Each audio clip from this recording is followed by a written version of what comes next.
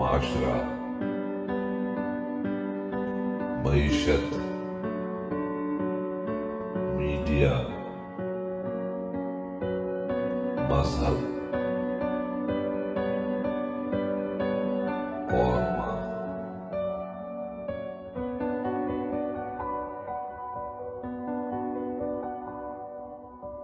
अस्सलाम वालेकुम। Channel M5 से नसरीन हुसैन परवेज़ आपसे मुखातिब है। इनफैक्ट आज मैं कुछ ऐसे क्लिप्स करा रही हूँ जो हो सकता है अगले 4-5-6 दिन आप वो उन्हीं को देखें, इसलिए आज ज़्यादा क्लिप्स करवा रही हूँ। चूँकि मेरी छोटी सी सर्जरी होनी है और पता नहीं छोटी सी है या वो बाद में पता चलेगा, और उसके जो प्री ऑपरेशन टेस्ट वगैरह चेकअप्स हैं तो उसमें 4-6 निकल जाएंगे दिन। तो हो सकता है जो क्लिप्स मैं आज करूं उनका रिज़ल्ट जो है वो मैं कोई नजूमी नहीं हूं, ना मैं टीवी की एनालिस्ट हूं, मेन स्ट्रीम मीडिया की, जिन्हें कहां कहां से वो ख़बरें कलेक्ट करते हैं हमें पता है, कौन उनके फैसिलिटेटर हैं सबको मालूम है। पूरे पाकिस्तान को पता है कि जो मेन स्ट्रीम मीडिया के और अब तो सोशल मीडिया के भी हैं, उनकी एजेंसीज़ उनको हेल्प करती हैं, और ये अच्छी बात है ताकि सही चीज़ पहुंच जाए किसी तक। तो एजेंसीज़ उनको हेल्प करती हैं और उनके पास कुछ करेक्ट इन्फॉर्मेशन होती है और कुछ उनका पार्टिज़न जो नज़र आता है आपको, अपना भी पंजाबी में कहते हैं लोचा तल लेते हैं वो, और उनका मकसद भी पूरा हो जाता है जो वो कहना चाहते हैं। सही सिमत में, सही डायरेक्शन में इंफॉर्मेशन दो लोगों को, तो उतनी तक तो उनकी होती है, एजेंसीज़ की प्रोवाइड की हुई होती है। फिर सरकारी इदारे, बहुत सारे दफातर, बहुत सारे महकमे, उनके लोगों से जाकर भी वो इन्फॉर्मेशन लेते हैं। ये तो खैर रिपोर्टर्स करते हैं, उनका पुराना ये काम है। और जो अब हमारे यहाँ एंकर्स आए हैं जो कि जर्नलिस्ट नहीं है, जिनका मैं 10,000 दफ़ा जिक्र कर चुकी हूँ, उनका बेचारा प्रोड्यूसर और रिसर्चर ये काम करता है। वो महकमों से स्टैटिस्टिक्स और सारी चीज़ें कलेक्ट करके लाता है, और ये जो होती हैं मैडम्स और बेगम साहिबाज और ये जो नॉन प्रोफेशनल जर्नलिस्ट हैं हमारे यहाँ, ट्रूपर्स जो हैं, पैरा ट्रूपर्स, इनका सारा काम, पैसे ये बेशक ज़्यादा लेते हैं लाखों में, और उस बेचारे की तनख्वाह कुछ भी नहीं होती। जो रिसर्चर और प्रोड्यूसर होता है, मेहनत वो करता है इनके लिए। इनका काम सिर्फ एजेंसियों से अपनी पीआर रखना, मिनिस्टरों से, वज़ीरों से, प्राइम मिनिस्टरों से, उनसे अपनी पीआर बना के रखना और अपने काम निकलवाना, प्लॉट लेना, परमिट लेना, लाइसेंस लेना, ये धंधे हैं इन सब के। हम ना किसी को जानते हैं, ना हम एजेंसीज़ में किसी को जानते हैं। हमारी जो सर्विस के दिनों की जितनी ऑफिशियल कम्युनिकेशन होती थी, उसमें से कुछ लोग तो बेचारे दुनिया में नहीं रहे, और जिसमें हमारे बेचारे कर्नल अरशद अलवी साहब थे, मरहूम हो गए, 1 साल हो गया अब उनके इंतकाल को। वो साइऑप्स और में काम कर चुके हुए थे बहुत ज़्यादा, और प्रॉपर प्रोफेशनल सोल्जर थे, तो उनके पास काफ़ी नॉलेज होती थी, काफ़ी इन्फॉर्मेशंस होती थी जो वो दे दिया करते थे। तो इस तरह कुछ जो उस वक्त के मामलात थे वो पता होते थे। अब जो मामलात हैं उसमें हम बिल्कुल ही पैरालाइज्ड ही समझ लें, और हमें कोई एजेंसी या हमें कोई जर्नैल करनैल क्यों फीड करेगा, हमसे उनका क्या इंटरेस्ट है? हम में उनको कोई भी इंटरेस्ट नहीं है, उन लोगों में इंटरेस्ट है उनका, तो उनको हर चीज़, हर फैसिलिटी प्रोवाइड कर दी जाती है। और लोग कह रहे होते हैं बड़ा, हमारी एक बड़ी अच्छी स्कॉलर हैं, इनकम टैक्स सर्विस की थी, अभी रिटायर हुई हैं एज़ कमिश्नर, वो ज़ाकरा भी हैं, मजालिस पढ़ती हैं, अच्छी स्कॉलर हैं। तो वो एक खातून के बारे में कह रही थी क्या कैलिबर है उसका। जब मैंने उनको असलियत बताई कि ये है इनका कैलिबर, तो फिर उनको यकीन आ गया उन सबूत देखने के बाद कि कहाँ से कैलिबर फीड किया जाता है। तो अल्लाह का बहुत करम है, मेरे मालिक, मेरे परवरदिगार का, कि उस तरह का कोई कैलिबर हमारे पास नहीं है। तो आज जो मैं क्लिप कर रही हूँ वो उसूलन मुझे परसों कर लेना चाहिए था, आज 11 जुलाई है। तो 11 तारीख मेरे लिए बहुत अहमियत रखती है। मेरी बहन के 2 बच्चे हैं, ट्विंस, जो 11 जुलाई को पैदा हुए। उसके बाद दूसरा बेटा हुआ, वो 11 नवंबर को पैदा हुआ। फिर तीसरा बेटा हुआ, वो 11 फ़रवरी को पैदा हुआ, 11 फ़रवरी को। और उससे भी छोटी बच्ची जो है, ये सब बच्चे, चूँकि हमारे यहाँ जॉइंट फैमिली सिस्टम था, सब बच्चे हमारे हाथों के पले हुए हैं, उनसे बिल्कुल बच्चों जैसी ही बच्चे पाले हैं, पैदा तो नहीं किए। तो वो बच्ची भी पैदा होनी थी 11 अप्रैल को, यानी 11 तारीख कॉमन है सब बच्चों में मेरी बहन के। लेकिन पापा को क्योंकि 11 अप्रैल को हमसे रुखसती लेनी थी, उनको चले जाना था दुनिया से, तो वो बच्ची 7 दिन पहले पैदा हो गई। वो 4 अप्रैल को पैदा हो गई। 4 अप्रैल को ताकि वो उसको देख जाएं। मुझे तो यही मसलहत नज़र आती है। इमोशनल अपने अपने आइडियाज़ होते हैं इंसान के, आइडिया करता है इंसान, सोचता है कि शायद ऐसी बात थी। वरना डॉक्टर्स ने मेरी बहन को 11 अप्रैल की डेट दी थी, लेकिन 11 अप्रैल मेरे वालिद की डेथ की डेट, इंतकाल की कहूँगी, उनकी डेथ नहीं, उनका इंतकाल हुआ है। तो आज जो क्लिप कर रही हूँ, आज 11 जुलाई है, शाज़िया मरी की जाली डिग्री से मुताल्लिक़ है। चूँकि आपने जब गिलगित बल्तिस्तान के चीफ मिनिस्टर को डिसक्वालीफाई कर दिया, मोहतरम सिकंदर सुल्तान साहब, इलेक्शन कमीशन, चूँकि वो पीटीआई से ताल्लुक़ रखते थे। मैं उनकी फेक डिग्री को नहीं फेवर कर रही हूँ, माफ़ कीजिएगा। लेकिन शाज़िया मरी तकरीबन 12 साल से केस उनका सिंध हाई कोर्ट में मौजूद है। लियारी की एक लड़की शाज़िया की वो डिग्री थी जो उनके पीपल्स पार्टी के उस वक्त के बहुत गहरे दोस्त ने उनको अरेंज करके दी। फिर उस दोस्त से उनकी कुट्टी हो गई, उससे कुट्टी हो गई। तो उसके बाद कुछ और लोग थे जो उनसे अपना अकाउंट सेटल करना चाहते थे शाज़िया मरी से। मैं उनको नहीं जानती थी, because I was the senior most officer at that time. तो किसी ने ये उड़ा दी, चूँकि सेक्रेटरी साहब से मीटिंग में और चीफ इलेक्शन कमिश्नर से ये तस्करा ज़रूर हुआ था कि ये आप कर लें।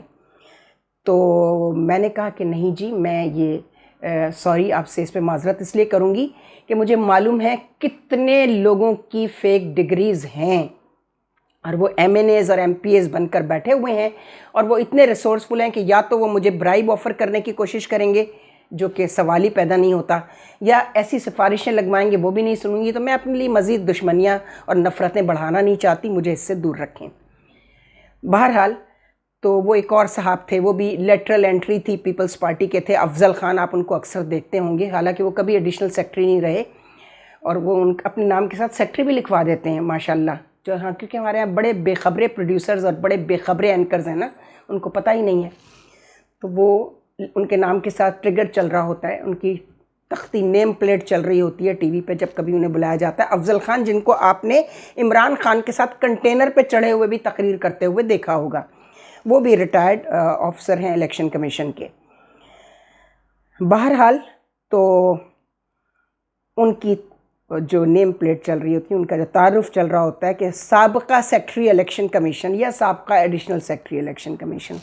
मैं हंसती रहती हूँ, कुछ नहीं कहती। अब आइए इस तरफ कि शाज़िया मरी की फेक डिग्री, ग्रेजुएशन की, ये कहानी तब से चल रही जब मुशर्रफ साहब ने ग्रेजुएशन की शर्त कहा था होगी MNA या MPA बनने के लिए। ये उस वक्त MPA थी, बल्कि मिनिस्टर थी ये सिंध इंफॉर्मेशन की। चलिए, उनकी डिग्री अरेंज कर दी गई। ऐसी औरतों के बहुत सारे दोस्त ऐसे होते हैं, वेल कनेक्टेड औरतें होती हैं, तो ये अपना इंतज़ाम कर लेती हैं हर तरह का। हैरत मुझे उस वक्त हुई जब बेनज़ीर साहिबा के पास ग्रेजुएशन की डिग्री नहीं थी। शोर ये था कि उन्होंने हार्वर्ड से पढ़ा है और उन्होंने जो है वो ऑक्सफोर्ड से पढ़ा है। बेशक वो हार्वर्ड भी रहीं, वो ऑक्सफोर्ड में भी रहीं, लेकिन वो शायद अपना ग्रेजुएशन कंप्लीट नहीं कर सकें, इसलिए उन्होंने अपनी ग्रेजुएशन की डिग्री नहीं दी बहुत अरसे तक। तो फिर उनको नोटिस भेजा गया। नोटिस के जवाब में, इस दौरान में जब तक ये चल रहा था प्रोसीजर, उन्होंने कहाँ से जामशोरों से गालिबन अपनी कोई रजिस्ट्रेशन करा के अब बैक डेट में शायद अपनी, क्योंकि उन्होंने हमें फिर जो चीज़ भेजी, डिग्री उस वक्त भी नहीं भेजी। शायद वो मैनेज कर रही थी, या उनके जो दूसरे लोग हैं उनके साथ वो लोग मैनेज कर रहे थे। लेकिन उन्होंने जो भेजा वो क्या भेजा, उस दौरान उन्होंने एक इंतज़ाम ज़रूर कर लिया था कि उन्होंने अपना मास्टर्स में रजिस्ट्रेशन कराया था ऑक्सफोर्ड यूनिवर्सिटी में। वो रजिस्ट्रेशन की कॉपी हमें भेज दी, ताकि हम सब जो बहुत ही बेवकूफ़ हैं, मतलब हमें चूना लगाने के लिए कि देखें मैंने अगर ग्रेजुएशन किया था तभी तो मुझे मास्टर्स में एडमिशन मिला है। हमने मांगी थी ग्रेजुएशन की डिग्री, एडवांस कोई डिग्री हमें नहीं चाहिए थी। तो चूँकि उनके पास वो इनकम्प्लीट रह गई होगी वालिद के इंतकाल की वजह से, और जो पाकिस्तान उनको आना पड़ा था उस वक्त, हो सकता है उनकी एजुकेशन कंप्लीट ना हो सकी, और बाद में भी उन्होंने नहीं की शायद। जिस तरह वो जेल में रहीं, जो तकलीफ़ें उन्होंने उठाई, फिर इतना बड़ा गम, भाई कत्ल हो रहा है पेरिस में, बाप फांसी चढ़ रहा है, माँ जेल में है, ख़ुद जेल में है, वो नहीं मैनेज कर सकें कि वो दोबारा जाएं ऑक्सफोर्ड जाकर अपना ग्रेजुएशन कंप्लीट कर लें। मुझे ऐसा लगता है, I might be wrong somewhere, but हमारे पास उनकी ग्रेजुएशन की डिग्री इलेक्शन कमीशन के पास नहीं है। सिर्फ रजिस्ट्रेशन है पॉलिटिकल साइंस में मास्टर्स का ऑक्सफोर्ड से, वो मेरे पास मौजूद है। जिसको भी ज़रूरत हो आकर देख सकता है। और अगर कोई कोर्ट में जाना चाहता है तो हम कोर्ट में भी प्रोवाइड कर देंगे। फिर कोर्ट भी कहेगा अच्छा तो बीबी मास्टर्स से पहले ग्रेजुएशन होता है, ग्रेजुएशन से पहले कैम्ब्रिज या ओ लेवल्स ए लेवल्स किया जाता है, या मैट्रिक होता है, या इंटरमीडिएट होता है। ये डिग्रियां चाहिए होती हैं, सर्टिफिकेट। इनमें से कोई भी चीज़ ना हो तो फर्दर जो डिग्री है, सर्टिफिकेट है, ज़ाहिर है उसको एक्नॉलेज नहीं किया जा सकता। तो फिर वो बताएंगी शायद कि उनको जामशोरों से डिग्री अरेंज करा दी गई थी ग्रेजुएशन की बैक डेट में।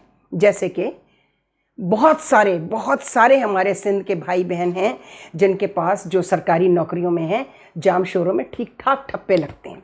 ऐसे ठप्पे लगते हैं और आदमी हैरान रह जाता है कि जिस आदमी को जो उसका क्वालिफ़िकेशन है, जो उसका सर्टिफिकेट या डिग्री है, उसको स्पेल तक वो नहीं कर सकता, ठीक तरह प्रोनाउंस नहीं कर सकता, उसके पास वो मौजूद होता है सर्टिफिकेट या डिग्री फॉर सर्विस, सरकारी मुलाजमत के लिए, सिंध गवर्नमेंट में ख़ास तौर पर।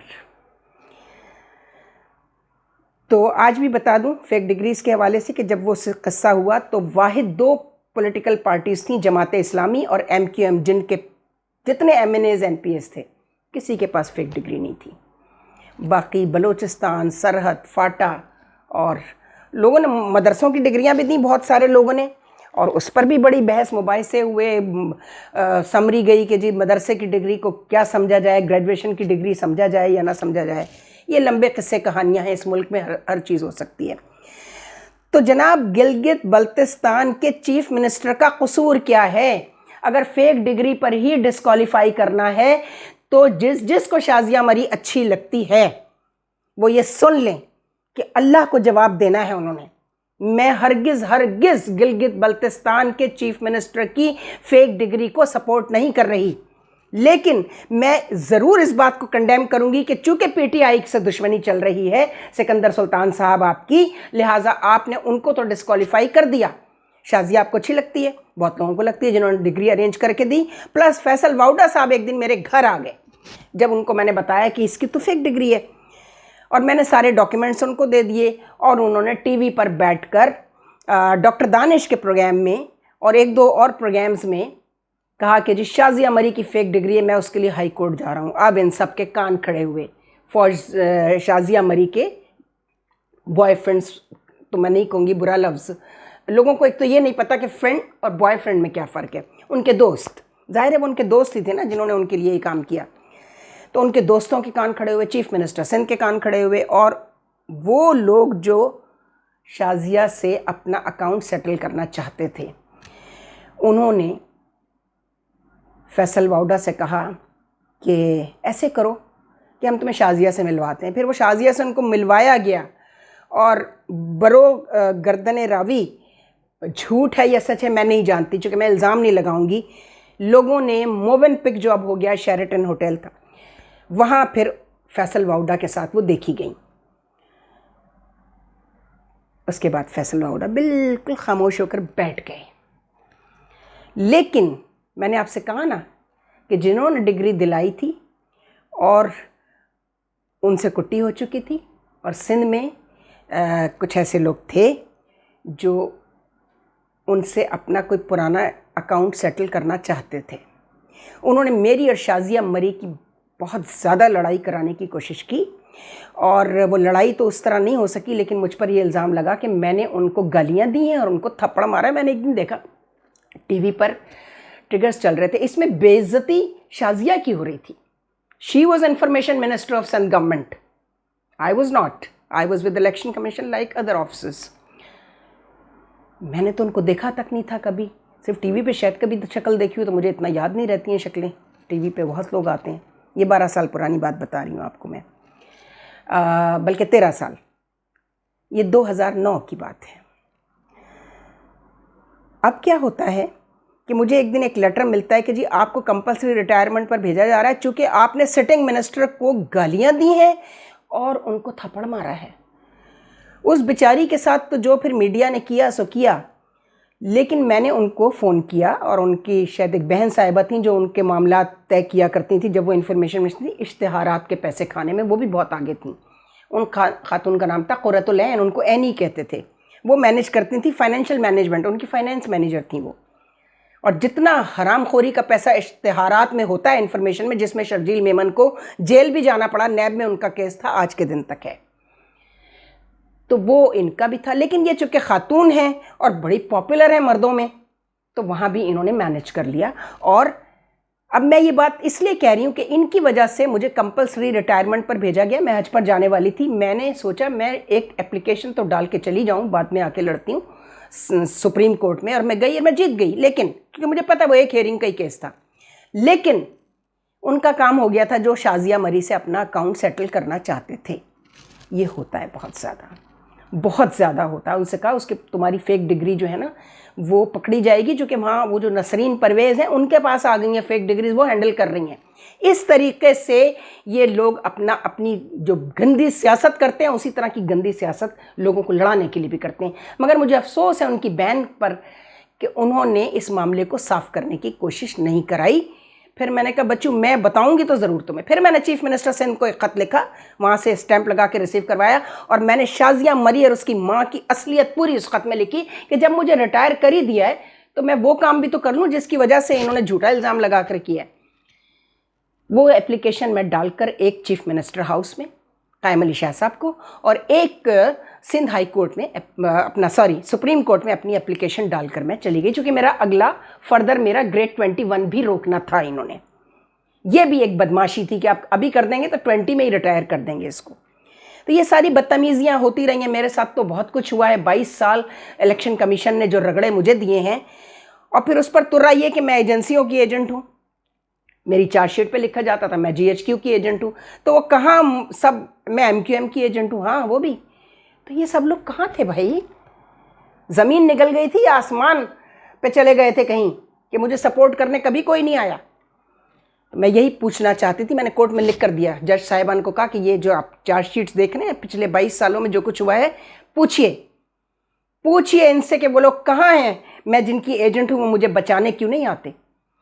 ये सब चीज़ें हैं। मैं आपकी नोटिस में इसलिए ला रही हूँ कि ऑपरेशन में जा रही हूँ, सर्जरी है, कोई पता नहीं होता ऑपरेशन छोटा हो या बड़ा हो, कोई बीमारी छोटी हो या बड़ी हो, इंसान तबई मौत भी मर सकता है कोई भी वक्त, अगला सांस आने वाला। तो मैंने सोचा कि इस नाइंसाफ़ी पर, चूँकि मेरे पास हक़ाइक़ हैं, तो इस नाइंसाफ़ी पर मैं गिलगित बल्तिस्तान के चीफ मिनिस्टर के लिए, सिकंदर सुल्तान साहब आपको खुदा का तो कोई खौफ है ही नहीं, लेकिन आप उस वक्त का अब इंतज़ार कीजिए जब लोग आपके ख़िलाफ़ कोर्ट में जाने वाले हैं कि ये आपने क्या किया। शाजिया मरी की डिग्री अभी तक क्यों नहीं पूछी गई? इलेक्शन कमीशन जाता है कोर्ट में, और सिंध हाई कोर्ट के जितने जजेस और जितने चीफ जस्टिस साहिबान आए हैं वो परवीन अता मरी के सब दोस्त हैं, सब जानते हैं। शाजिया मरी की जो अम्मा है वो जाके वकील को भेज के स्टे करवा लेती हैं। तो ये स्टे कब तक चलेगा? कब तक चलेगा? तुम्हारी कब्र तक पीछा करेगा तुम्हारा ये परवीन अता मरी और शाजिया मरी। ये ज़िलालत तुम्हारी कब्र तक तुम्हारा पीछा करेगी। और अगर आप ऐसा कर देते हैं सिकंदर सुल्तान साहब कि आप शाजिया मरी को भी डिस्क्वालीफाई करें, उनके साथ और बहुत सारे लोग हैं मुझे पता चला जिनकी फेक डिग्रीज अभी तक कोर्ट्स में उनके मुकदमे चल रहे हैं, लेकिन वो आराम से अपने सारे पर्क्स एंड प्रिविलेजेस, सारी तनख्वाहें MNA की, सेनेटर की, MPS की, मिनिस्टर्स, आराम से इन 13-14 सालों में वो आराम से बैठे हुए हैं, चूँकि उन्हें पता है इलेक्शन कमीशन पार्टीजन है। लेकिन सिकंदर सुल्तान, तुम्हारी भी कब्र तक ये सब चीज़ें जाएंगी जो तुम यहाँ कर रहे हो इस दुनिया में। ये मत समझना कि तुम अपनी आखिरत बचा लोगे। मैंने अपना केस जो मेरी पेंशन्स और मेरी ड्यूज़ में बेईमानी की गई वो भेजा था मलिक मंजूर, जो आपके ब्लू आइट थे, जिनको आप लेकर आए थे। अभी जो 5 लोगों ने रिज़ाइन किया है, he was one of them. मैंने रेजिग्नेशन के सेकंड डे पूछा कि मेरा आपने इतने अरसे से केस दबा के रखा हुआ, आप तो कह रहे थे आपने चीफ इलेक्शन कमिश्नर से बात कर ली है, और अब वो आपका मेरा नोटिफिकेशन 22 का रुका हुआ है ग्रेड का, वो भी नहीं निकाला। मेरे अकाउंट्स के जो मैटर हैं वो भी वो कहने लगे बीबी आपने बिल्कुल सही कहा था, आपकी तो फाइल ही गायब कर दी गई है। मेरी फाइल आपने गायब की, वहाँ एक इंतहाई खबीस आदमी था, अभी जिंदा है, मरा नहीं, और इंशाल्लाह वो मरेगा भी नहीं जब तक दुनिया में ही अपने अंजाम तक ना पहुंच जाए। बिल्कुल मौत के करीब रहता है, कभी कभी बिल्कुल करीब हो जाता है मौत से, कि मैंने उसके लिए यही दुआ की। वो मामूली सेक्शन ऑफिसर था और क्लार्क से ऊपर आया था। उसके ये सारे ऊपर वाले जिनको लिखना पढ़ना नहीं आता था ना, जिसमें ये कुंवर दिलशाद समेत, इंक्लूडिंग ये कुंवर दिलशाद जो एडवाइज़र हैं चीफ मिनिस्टर पंजाब के, इन समेत सारे लोगों के काम जो है ना पैसे लेके वो किया करता था। तो वो अभी ज़िंदा है, फाइल वो घर ले गया या जहाँ भी ले गया, लेकिन मेरे पास उसकी कॉपीज़ मौजूद हैं। मेरे पास कॉपीज़ मौजूद हैं जो मैंने मलिक मंजूर साहब एडिशनल सेक्रेटरी एडमिनिस्ट्रेशन को भेजी। अभी जो 5 लोगों ने रिज़ाइन किया है, he is one of them. Account service से कॉन्ट्रैक्ट पर लेकर आए थे और मेरी फ़ाइल उनका बीबी आपने तो पेपर्स भेज दिए, लेकिन ये फ़ाइलें तो यहाँ मुझे मिल नहीं रही, तो गायब है। पूछ लूँगी, मैं कोर्ट जाऊँगी, पूछूँगी। लेकिन सिकंदर सुल्तान ये याद रखना कि ये जो कुछ तुम कर रहे हो, मैं अभी दूसरा क्लिप जो इंतखाबात के बारे में बात हो रही है और केयर टेकर गवर्नमेंट की, मुझे तो एक बात इमरान खान साहब की समझ में नहीं आती है कि अगर आपको इस इलेक्शन कमीशन पर एतबार ही नहीं है तो फिर ये इलेक्शन की रट क्यों लगाई रखी है? क्यों लगा रखी है रट, जब आपको ये पता भी है कि ये आदमी जिस पार्टी से आया है, जिस पार्टी का ये बंदा है, तो उस पार्टी के लिए वो काम करेगा। अभी मैं जो है वो मैं सुन रही थी, बहुत सारे लोग टीवी पे टॉक शोज़ में कहते हैं कि जी वो इंतखाबात तो गैर जानिबदार नहीं होंगे, यानी अनफेयर होंगे। तो जब ये सब भी पता है तो क्यों करा रहे हो इलेक्शन? बाद में तुक्के फजीते कराने के बजाय, इतना कौम का पैसा बर्बाद करने के बजाय मत कराओ इलेक्शन, सिलेक्शन करो। ये कौम ना इलेक्शन के काबिल है ना जमहूरियत के लायक रह गई है। इसके लिए बेहतरीन टेक्नोक्रेट्स की गवर्नमेंट की ज़रूरत है। बार बार कहते रहेंगे, बार बार कहते रहेंगे। खुदा हाफिज़। सानाए हस्ती हम अपने आका को सुनाए जाते हैं, अफसानाए हस्ती हम अपने आका को सुनाए जाते हैं। उम्मीद लगाए